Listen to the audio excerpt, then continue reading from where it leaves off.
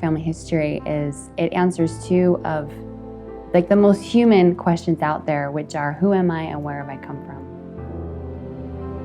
It helps bring your own self-identity to light, because you know what it took to get you here and why you're here.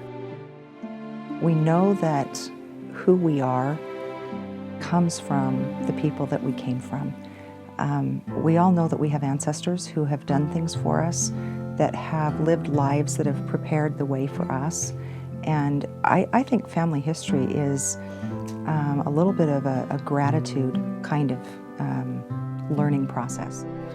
Grave markers play a huge role in family history and in genealogy for several reasons. One is that it's a tangible and physical object that is pretty heavy and is not going to be moved.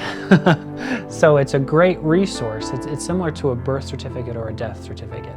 It's a tangible object that we can use in family history to help start piecing together some of these different events that take place. We can come back to tangible objects.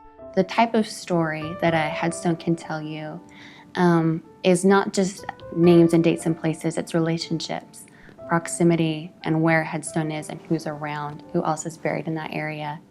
Can tell you a lot about that person.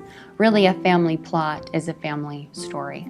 But this one family, when we found the parents, it was just an incredibly touching experience. It was very tender, because when we found the parents, we had the two parents buried side by side, and then there were 2 rows of grave markers to the side of the parents. And what happened is there were actually 5 graves next to the parents, with 2 babies in each grave laid end to end, so that they had had 10 children that died at about a year old or younger, so died as babies. And that mother had given birth to 12 children, and only 2 had lived to adulthood. And that was one that my mother and I just sat down in the family plot and tears were shed. That was a difficult find to feel for that mother. I've had children. I've been blessed not to lose any of my children yet. And I just can't imagine what that mother went through. And as far as I know, there is no record on this earth of those 10 babies other than the grave markers in that cemetery. I've found nothing else to record the fact that those children lived. There's something transcendent about being someplace tangible, to see a marker, to see a name carved in stone that has survived long past them or any of their physical belongings. That's a tribute to them. That's a manifestation of the love that their family had for them. And you feel that when you visit those places. You feel that love, you feel that connection. A great memorial for the purpose of genealogy would be naturally a person's name, their full name, their birth date and a place of birth, a death date, a marriage date and the name of a spouse, and for a lady to make sure that her maiden name is on the memorial, and to have children's names.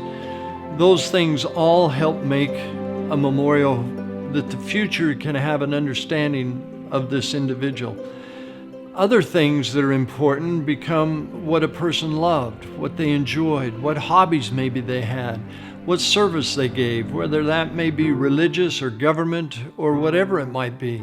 Those things can also be either represented by word or represented by emblems or symbols.